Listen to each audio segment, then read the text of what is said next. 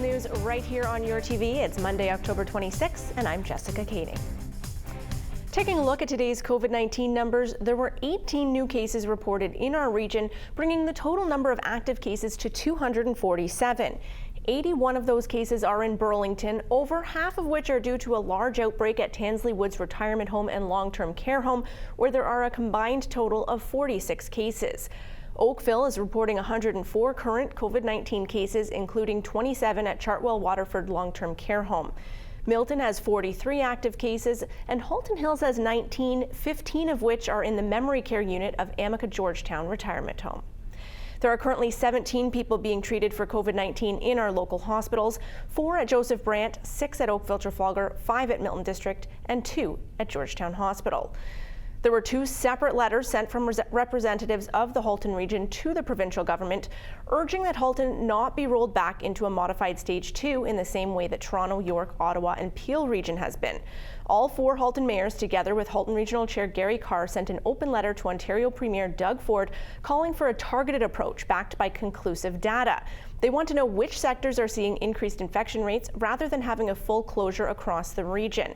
Additionally, Burlington MPP Jane McKenna and Milton MPP Parm Gill also sent an open letter along with the mayors to Dr. David Williams, Ontario's Chief Medical Officer of Health, calling on him to clearly define the criteria used to determine when further restrictions or rollbacks are required, as well as the criteria for lifting any restrictions. Premier Doug Ford responded to these letters today. Well, we don't base it on letters, so that wouldn't play a factor. And yes, I talked to Mayor Burton. I'll just run through it again. He said we aren't ready for a lockdown. I said, Mayor, I don't disagree, but I can't keep playing the pitcher and the catcher. I need your support. If you feel that way, please send a letter over to your local chief medical officer, and you can copy Dr. Williams. Dr. Williams is open to letters, and I said the same thing with Jane that night. I said, by all means, send it out. It's a unique situation when you have all the municipal leaders, provincial leaders, and federal leader all disagreeing with the local chief medical officer. That's a wake-up call for sure, because all the other regions have all agreed. And that's okay. There's nothing wrong with that. They have to fight for their businesses and the small business. They're the people that elect these representatives, no matter if it's municipal, provincial, and federally. And I respect that. 100% I respect that, and I encourage it. If they're doing that in a unique situation, God bless them. At least it gives Dr. Williams and gives their chief medical officer something to go by, because they're the people on the ground. They're the ones walking into the restaurants, going into these small businesses that we need to keep open and keep revenue going into their facilities. So that's what happened, and there's no other part to the story. That's exactly what happened. Christine Elliott also commented on the letters and information used to determine whether a region or city needs additional restrictions. Well, we consider a consistent set of issues every time we are asked to make a decision about whether an area should be moved into a modified stage 2 or not. The first, of course, is going to be the level of cases, the number of new cases we're seeing. Then we also look at the ability of our public health system to be able to deal with that in order to do the testing, tracing, isolation, contact management. We also have to look at our hospital capacity, both in terms of intensive care beds and ventilators available. And then, of course, we consistently speak with the medical officers of health in the particular areas. So what we're seeing right now, since we've put 4 areas into a modified stage 2, is we're also seeing some of the impacts from Thanksgiving several weeks ago. So we've got that adding to the increase in community transmission, but we are also starting to see some of the numbers go down in some of the modified areas.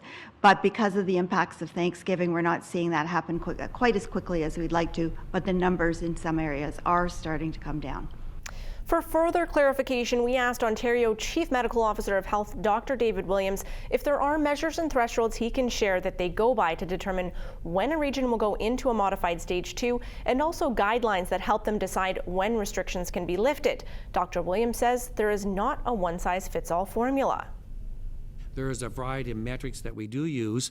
One of the reasons why we use a variety of metrics is because how the pandemic is presented in each of our health units is not equally the same. How our health units are composed or comprised of different municipalities and structures is also not the same. Some are very dense urban, some are more of a mix of rural and urban, some are remote. And so what would affect their numbers has to be taken into consideration. So if you have one that has a large central one and a large rural one, they may say it only needs to impact this one or this area here, or maybe a specific issue that a medical officer of health may want to write a Section 22 order on in that one. So we're trying to be aware and sensitive of the milieu or the nuancing of each health unit and how that number is impacting the overall community spread in their respective jurisdictions.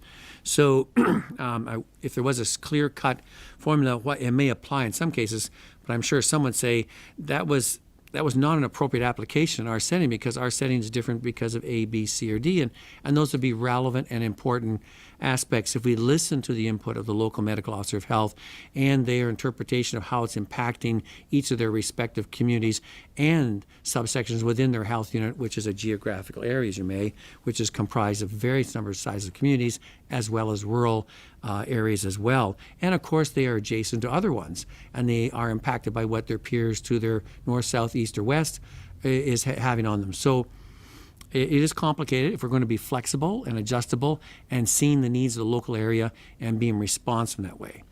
That would affect us also as we roll up and then as we roll back down again. The president of the Oakville Chamber of Commerce, Drew Redden, joins us now with comment on that open letter to the Premier. Yeah, no, we're very appreciative of the letters that was signed by Gary Carr and the 4 mayors here in Halton Region. It's incredibly important that we do take a data-driven approach to this. There are lots of businesses that invested thousands of dollars of their own money to modify their space to allow them to operate safely. Restaurants that have put in dividers in between every table. These businesses have made these investments with their hard-earned money that has been challenging over the last few months. And if we do absolutely have to look to our public health experts and to understand what's safe, but if there's a way for these businesses to operate in a safe manner with the investments they've made, we have to respect that. And we want to see data that indicates which way or another, and making sure it all comes back to keeping people in Halton safe, but also giving our businesses the best chance to succeed during this challenging time. Premier Doug Ford also directly addressed the Canadian Chamber of Commerce today, as did Prime Minister Justin Trudeau. Can you share with us how those discussions went? Yeah, absolutely. So we are participating over today and tomorrow, the largest AGM in the Canadian Chamber of Commerce history. That is because we are virtual, but we've also had the ability to hear directly from Premier Doug Ford and Prime Minister Justin Trudeau. The Chamber Network is a powerful business advocacy lobby group.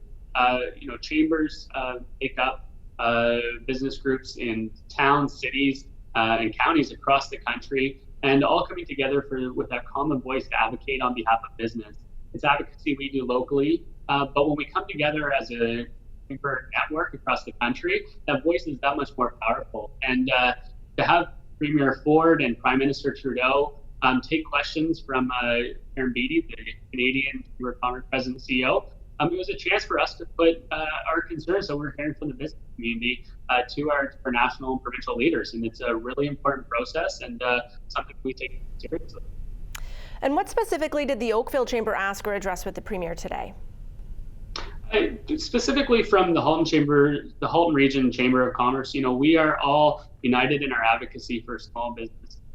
These businesses are taking on a lot of costs. There's a lot of uncertainty, and they're taking on a lot of risk. And we need the government to be a partner. The Oakville Chamber of Commerce led the advocacy efforts with the Ontario and Canadian Chamber for an increased wage subsidy. We continue to call on the government for better support to help businesses. We're coming up to November 1st next week, and that's a scary mark on the calendar for a lot of small businesses who are uncertain of where we're going with this virus and what the future holds for them. So we need that certainty. We need a partner in government, and that is a call that I know Premier Ford and Prime Minister Trudeau heard loud and clear from the Chamber Network here in Halton and all across our country today. Thank you for that. And in other news today, the application process for small businesses to gain access to grants is officially open today. Can you share with viewers about the grants that are available? Sure, yeah, the Canada United Small Business Relief Fund, they opened up their application process at 1 p.m. today for small businesses to put an application in for the chance to receive a $5,000 grant. And that grant is used to cover the cost of PPE, make physical modifications to their business, and to meet the local health and safety requirements, or to enhance their digital e-commerce capabilities. They're drawing from a pool of $14 million. So we're talking about support for thousands of small businesses from coast to coast to coast. And what is the criteria for these small businesses to be approved? There is criteria for that fit into this. So you have to have between $150,000 and $3 million in annual sales. You can have up to 75 employees, a registered business in Canada, and have incurred these costs after March 15th. So if you go on our website, we have the application, oakvillechamber.com, we have the checklist. But this is a real program that is going to help thousands of businesses across the country who will have the ability to help cover some of these costs that these businesses have been hit hard with and had to incur. Thanks for that, Drew. Always appreciate having you join us. Before we head to break, Halton Regional Police have shared this photo with us. This man, Herman Denninger, is currently missing. He was last seen leaving an Oakville residence at approximately 6:45 p.m. en route home to Etobicoke, but he did not return home and has not been seen since. He is described as a Caucasian 5'8" male with a medium build, gray hair and hazel eyes. He has a large boil directly under his right ear. He was last seen wearing a gray or dark green coat and a red baseball cap. He was last seen driving a gray 2011 Ford Focus and may have gotten lost on his way home. Anyone with information pertaining to his whereabouts are asked to call 911 or Halton Police at 905-825-4747. We do need to take a short break now. We'll be right back with the latest from the Burlington Food Bank.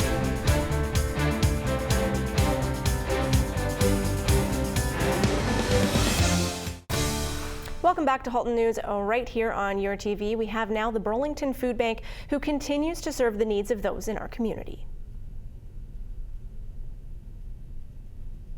From the Burlington Food Bank, I'm here with Diane Griss, who's our volunteer coordinator. Diane, how have things been going with our volunteers?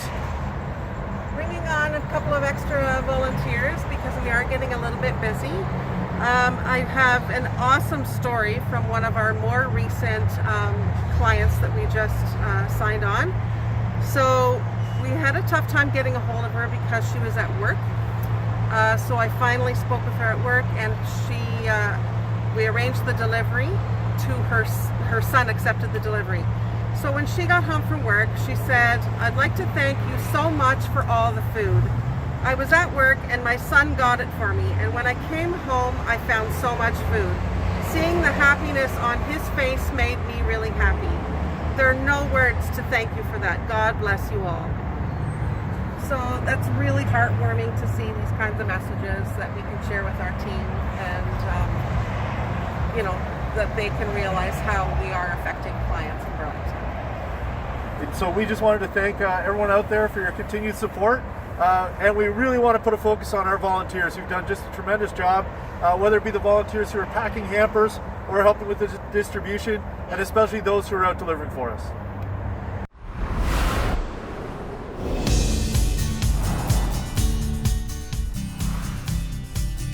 Taking a look at our weather forecast during this beautiful fall day.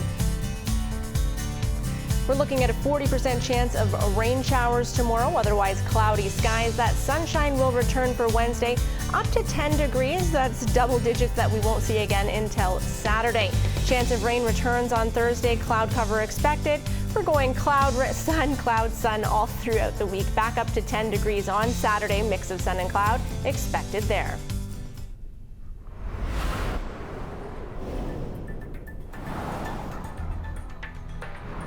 And now we'll look to how some of Halton's top companies performed on the markets today.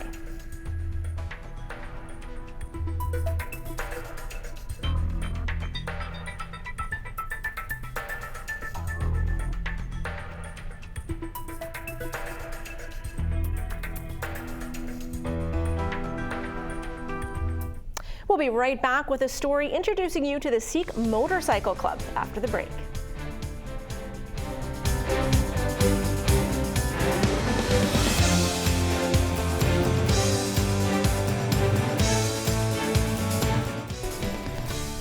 You're watching Halton News right here on your TV, and you may have seen this next group riding in formation down one of Ontario's highways. Most recently, they've been riding to raise money for our frontline workers. Kimberly Calderbank introduces you to the Sikh Motorcycle Club on Community Cultures. Hi, I'm Kimberly Calderbank for Community Cultures. Today we're going to meet a local organization that originally gathered together for a common goal of helmet exemption, and since then has done so much more for our community. Let's meet the Sikh Motorcycle Club of Ontario.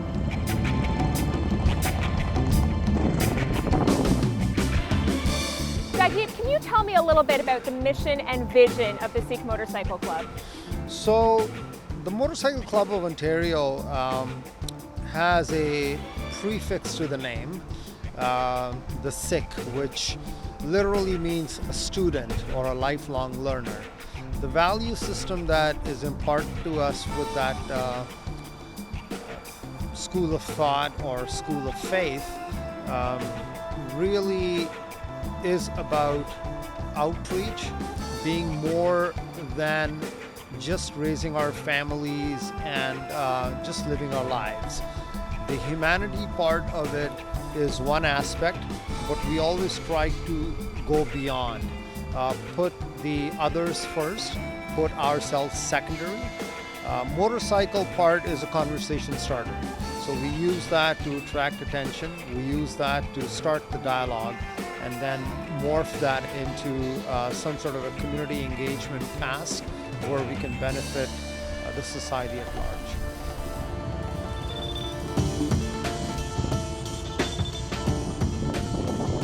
Indrajit, you're the club president. Tell me a little bit about the formation of this club. How did you get started?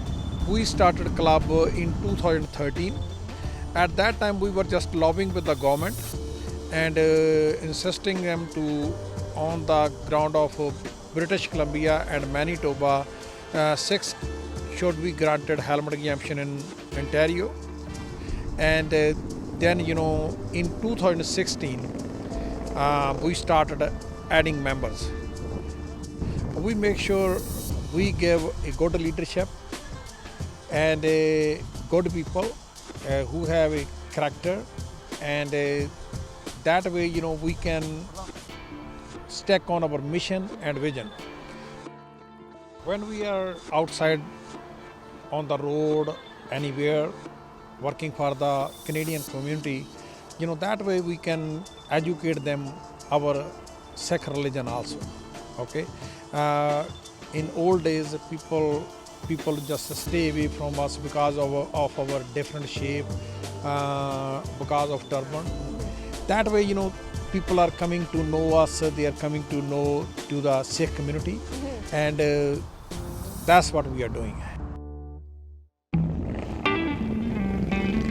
Tell me a little bit about why you joined the club and what being a part of this club means to you. I see other clubs and they do different things, but our club is like it's social club, right? We always ride for diabetes, for cancer city. We almost ride 9 rides for the frontline workers. So as a Sikh, we love people.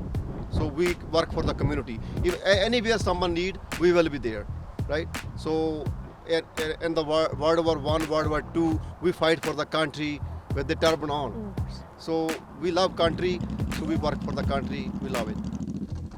So I want to give everyone only one message: love each other. So our club is, we love every human being. No matter who are you, we love human being. So humanity is the best for us. We love it. The love is the best, that's it. Tell me about sort of the diversity you have within the club. You have some younger gentlemen here, you have some people that have been with the club for a while. What is the diversity amongst your club? The best part about being in this club is really an opportunity that comes from being a collective as opposed to one. So we're able to do more together. We try to be more than just the total number of our members, really amplify what we do, trying to make it more than what each individual us can do on their own.